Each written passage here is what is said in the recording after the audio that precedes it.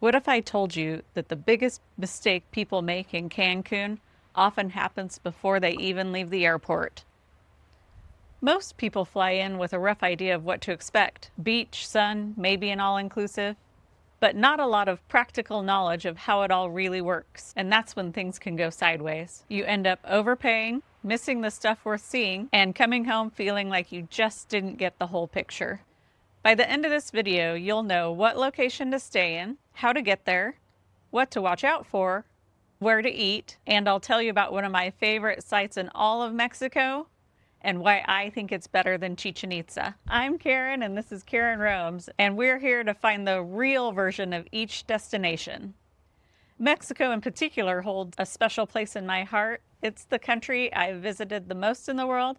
I've been to 11 of its 32 states. And this part of the Riviera Maya is one of those places that really rewards you when you go in prepared. So let's talk about the elephant in the room. Is it safe? The answer is yes, Cancun is safe for tourists, especially in the resort areas. The hotel zone in particular is well patrolled and heavily oriented towards visitors. Millions of people travel through here every year without incident. With that being said, use common sense. Stay smart when you're out at night, stick to the well-lit areas, don't flash expensive gear, and know where you're going before you leave the resort after dark. It's also worth noting that each end of the hotel zone has a security checkpoint where officers check every car coming into the hotel zone to make sure that they actually belong there. It's a layer of security most people don't expect and is reassuring once you know it's there. So before you get to Cancun, just know you do need a passport. You need to make sure you have at least 6 months left on your passport. Otherwise, you may not be allowed even on the plane. And you don't need a visa to get into Mexico. There used to be an FMM card that you would have to carry with you and then bring back to the airport to exit the country, but it's all digital now. It comes with your boarding pass. So where should you stay? This video isn't really about any specific resort. That's too personal and there's too many options for me to weigh on any individual property. But what I can tell you is where you're located does matter. So let's talk about 3 main areas in Cancun where you might book a resort. We stayed 4 nights in an IHG property in the Cancun Hotel Zone. It was a perfect home base for everything we wanted to do. It was not an all-inclusive. But the hotel zone is just one option.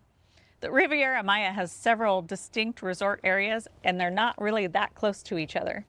The 2 main airports that you might fly into are Cancun and Tulum, and which one you choose depends heavily on where exactly you're staying. The Cancun airport is the biggest one, and it's easy to access the Cancun Hotel Zone, Playa del Carmen, and Cozumel. It's easy to navigate, it's well organized. If you're staying in one of those locations, this is the airport you should choose. Tulum Airport is newer and smaller, and if your resort is in Akumal or Tulum, this would be the best option for you. The 2 airports are only about an hour and a half away from each other by driving, so either one will work. It'll just take you a considerable amount of time if you're not staying near your airport. So I'll start with a quick overview of those 3 areas. The Cancun Hotel Zone is the classic. It was purpose-built for tourism in the 1970s. It has massive resorts, world-class beaches, and everything in one place. Great for a first trip. Playa del Carmen is about an hour south of Cancun. It has a more boutique feel. It has smaller hotels, a walkable downtown strip called Quinta Avenida. It has a younger crowd, and it's very accessible from Cancun Airport. Cozumel is an island off the coast of Playa del Carmen. It's reachable by a short ferry, and it's famous for its diving and snorkeling. It has some of the best reef diving in the entire world. It's more laid back, less resort heavy, and I've heard renting a golf cart is one of the best ways to explore the island. I've spent the most time in the Cancun area personally, so that's where most of my firsthand knowledge lives. But knowing these other options exist matters because the right choice depends on what kind of trip you want. So, should you stay at an all-inclusive or a regular resort? Honestly, I'm a bit of a foodie, so I tend to avoid the all-inclusives. I'd rather search for an amazing street taco than eat from a buffet. And this is just my personal experience, but I've gotten more sick off of fancy resort food than I ever had from street tacos. But, and this is important, do what suits you best. If you don't want to think about where your next meal is coming from every single day, an all-inclusive is a completely valid and genuinely enjoyable way to travel. The convenience is real. Food, drinks, most activities, all included in one price. The quality of the all-inclusives can vary though, so make sure you're checking reviews, especially recent reviews, before you book that trip. But if you prefer flexibility and plan to eat and explore outside the resort regularly, a regular hotel will save you money and give you more freedom day to day. A note on dress code: if you are staying in an all-inclusive or you plan on going to some fancier restaurants, just make sure you bring clothes that are appropriate for that. And if you think you might go into any cathedrals, you'll need clothes that'll cover your shoulders and your knees. A scarf and a long pair of pants in your bag will go a long way. Mexico is gracious and welcoming, but also deeply Catholic. Try to be respectful in churches and temples. And don't overpack. The Riviera Maya is hot and humid. You need a lot less than you think. Light clothing and a swimsuit or 3, comfortable walking shoes, and 1 or 2 slightly nicer outfits for dinner. That's truly it. And sun protection. Don't forget this. Reef-safe sunscreen is required at all cenotes and recommended everywhere. Because of liquid restrictions in your carry-on, bring a small travel-sized bottle to get you through your first day, and you can pick up more once you get there. You can find it at your resort store, or you can go off property and go find a pharmacy or a grocery store. They'll have it for a lot less money than your resort. Honestly, finding a pharmacy outside your resort is a fun little scavenger hunt. It's completely safe, and your wallet will thank you. Either way, the sun here is no joke. It's way less dangerous to go off-site and find sunscreen than it is to skip it.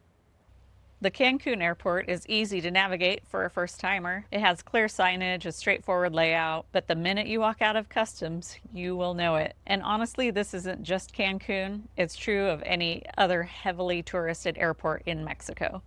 Picture this: you've just landed, you've got your bags, and you step into the arrivals hall. Immediately, you're surrounded. Tour operators, taxi drivers, shuttle companies, resort reps, all of them vying for your attention. It's a full gauntlet, and it can be really overwhelming if you're not prepared for it. A lot of these people are completely legitimate, but mixed in are timeshare reps disguised as transportation companies and taxi drivers who will quote you a special price that's anything but. The free breakfast offer, that's 4 hours of your vacation time spent in a high-pressure timeshare sales room. Arranging your transportation before you arrive is a really smart option. When you already have a confirmed shuttle or driver waiting for you with your name on a sign, you can walk through that gauntlet and smile and never have to stop. These pre-booked shuttles are reliable and reasonably priced. The ADO bus is cheap, easy if you're traveling light and heading to the hotel zone or downtown. As far as taxis go, you need to be careful. There are legitimate taxis, but there are also a lot of scams. Overcharging, taking longer routes, aggressive upselling. If you need a taxi, use the official taxi stand inside the airport with prefixed pricing, not someone who approaches you. Uber does work in Cancun, but the airport's a little tricky. Drivers are hesitant to pick up right at the terminal because the taxi drivers can be aggressive and don't like the competition. You may need to walk a short distance away to get a clean pickup. When in doubt, pre-book your transfer and skip the whole situation entirely. Getting around once you're at your resort is also relatively easy. In the hotel zone, there are local buses, the R1 and the R2, that run up and down the length of the hotel zone, and they're just a few pesos. Tourists often overpay for taxis for the trips the bus can handle easily. Learn those routes if you can, and don't overlook what's right outside your resort gates. Before you even leave home, pull up your resort on Google Maps. Then just scroll around.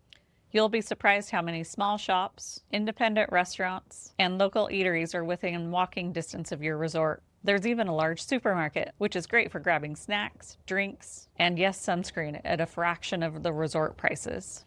You don't have to go far to feel like you're off the beaten path a little.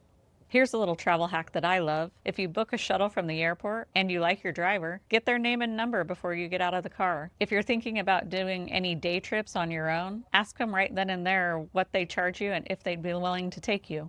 A lot of drivers are happy to moonlight as a private guide, and you've already built a little rapport. Just be aware this may depend on how much Spanish you know or how much English they know. But even a little effort goes a long way, and Google Translate is always on your phone in your pocket. If you're planning day trips, ruins, cenotes, nearby small towns, having a car can give you a lot of freedom. But if this is your first time in Cancun or your first time driving in Mexico, honestly, I'd skip the rental car. Driving in Mexico is a different experience. The roads, the signage, and the traffic patterns can be completely overwhelming if you're not used to it.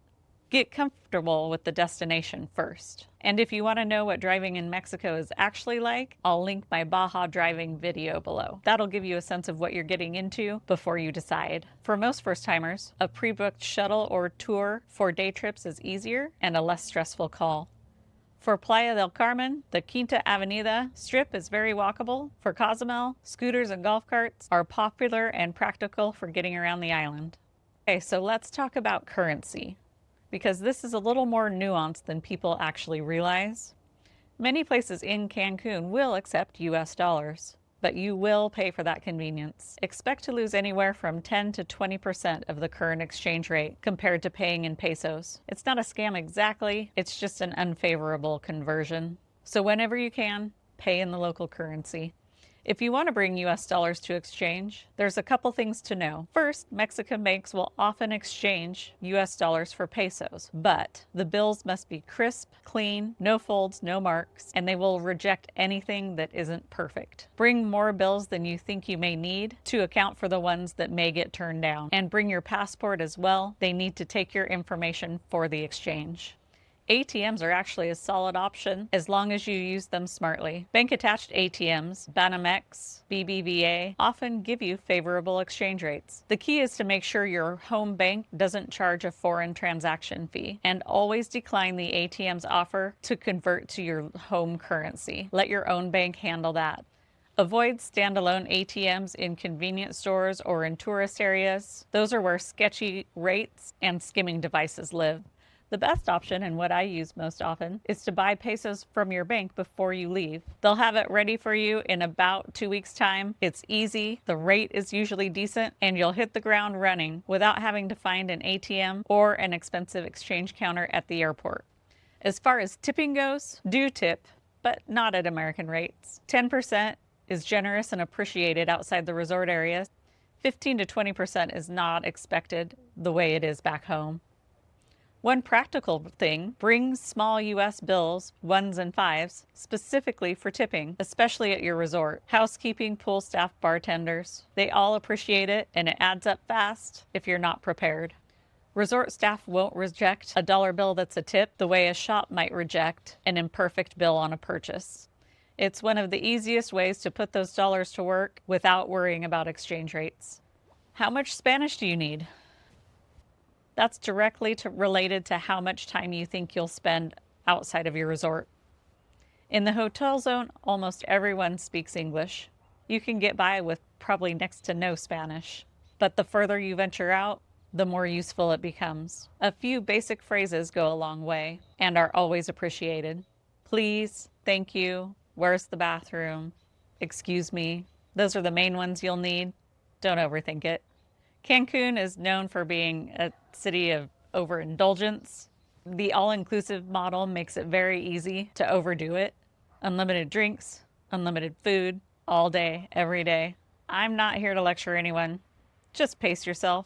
A hangover in 90-degree heat is brutal, and the best parts of the trip happen when you're functional enough to enjoy them. With that being said, I always bring charcoal pills. They're your best friend if your stomach starts getting to you, and they're not easy to find in Mexico once you land. For everything else though, antacids, electrolytes, headache medicine, your resort will probably have them, but it'll be at a price. The grocery store or a local pharmacy will have the same things for a fraction of the price if you're up for going out. Your decision on that will be entirely based on the severity of your misery. And if things get seriously bad, don't stress. Cancun has top-notch hospitals, and they're often far more reasonable than US prices. You're not in the middle of nowhere. The beaches in the hotel zone are stunning. Clear turquoise water, soft white sand, warm temperatures. It lives up to every photo you've ever seen. One thing to be aware of, though, is that not all of the beaches are swimmable, and sargassum, the brown seaweed, is a real issue during certain months, typically the late spring through the summer. The resorts do their best to clean it up every morning, but it can accumulate up to a foot or two as the day wears on. And if they stack it somewhere near your resort, it smells terrible when it starts to decompose. Check the conditions of your travel dates before you go and ask your resort which beaches are the clearest when you arrive. All beaches in Mexico are public by law, but not all access points are. Some resorts make it very difficult to get through if you're not a guest. If you're not sure, just ask. Most people are pretty helpful, and the worst they can say is no. Now let's talk about my favorite part of Mexico, the food. In the hotel zone, you'll find everything from resort buffets to solid restaurants to very expensive fancy restaurants to $1.50 taco stands. Everything is convenient and reliable. For more authentic food, downtown Cancun is about 20 minutes away, and the Mercado 28 is a local market full of food stalls serving traditional Yucatecan dishes. Street tacos, especially tacos al pastor, are everywhere and exceptional. And here's something most people don't realize. There are often little taco stands just up and down the street from your resort. If you love street tacos and abhor a $25 resort hamburger like I do, pull up Google Maps, find the spots nearby, then ignore the reviews and go to whichever one has the most locals. That's your quality signal every time. And if you do make it off the resort to explore, the food gets even better. But I'll save that for another video. Another thing is, don't be afraid to get off the resort. The hotel zone was purpose-built for tourism, and it does that job beautifully. But just beyond it, things feel completely different. Louder, messier, and more alive.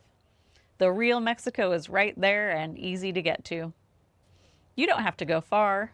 A meal downtown, a local bus ride, a morning at a less touristy beach, even once. Just leave the gates at some point and see what's out there. Or do like we do and learn the security guard's name because you pass him so many times every day. Now let's talk about day trips that are worth your time. First up, the cenotes, natural sinkholes filled with crystal clear fresh water. These are non-negotiable. Do not miss these. There are a ton of them right here along the Riviera Maya, ranging from heavily touristed to completely off the radar. This is another great reason to get your driver's number. Ask them to take you to their favorite. We got a recommendation from our waiter. We drove there, and it was $15 to get in. Nothing fancy, but it had changing rooms, a bathroom, easy stairs to get in and out of the cenote, and a zip line that dropped you right into the middle. It was absolutely unforgettable. Isla Mujeres is the little island that you'll see off the coast of the Cancun Hotel Zone. It's a short ferry ride from Cancun. It's small, walkable, and great for snorkeling. Go on a weekday, and if someone tries to sell you a glass bottom boat tour, just know that the glass bottom that you'll be seeing is the bottom of your margarita glass, not the ocean floor. There's nothing wrong with that. Just know what you're signing up for. Chichén Itzá. It's one of the most impressive and ancient sites in the world, and on almost every first-timer's list. I'll be honest, I've never been there myself because I found another ancient pyramid that I've decided I like better. Since you can't climb Chichén Itzá anymore, I've been putting it off. But by all accounts, it's still absolutely worth the trip, and it's about a 2-hour drive from Cancun. The pyramid that I like to go to is called Belém, and it's one most first-timers don't know about, and it was my personal highlight of our trip. It also is about 2 hours from Cancun.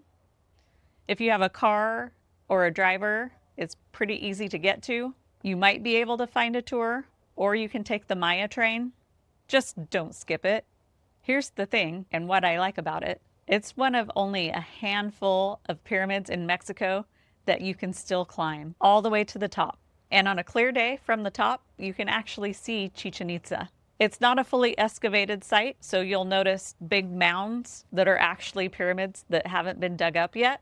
There's a sports complex, there's a bunch of little temples, but when you're at the top of that pyramid looking out over the jungle, I don't know, it just feels primal somehow. When we went there in May, there weren't more than a dozen of us there. It's still very much a hidden gem.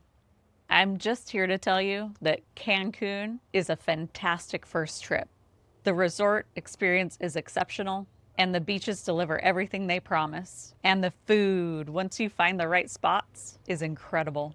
Go in informed, know what to watch out for, and you're going to have a great time. Most people come to Cancun to escape, but when you're at the top of a pyramid, it feels less about getting away and more like connecting to the history of humankind. If you have comments about anything I've mentioned, drop them in the comments below. I'd love to hear about your experience. And if this video helped you, come join us, hit subscribe, become a roamie. We're out here getting lost on purpose, and there is definitely more Mexico coming your way. If you're planning your own trip, I've got a full guide on my website, KarenRoams.com. And I send out a weekly newsletter with everything I'm learning along the way. Links are in the description below.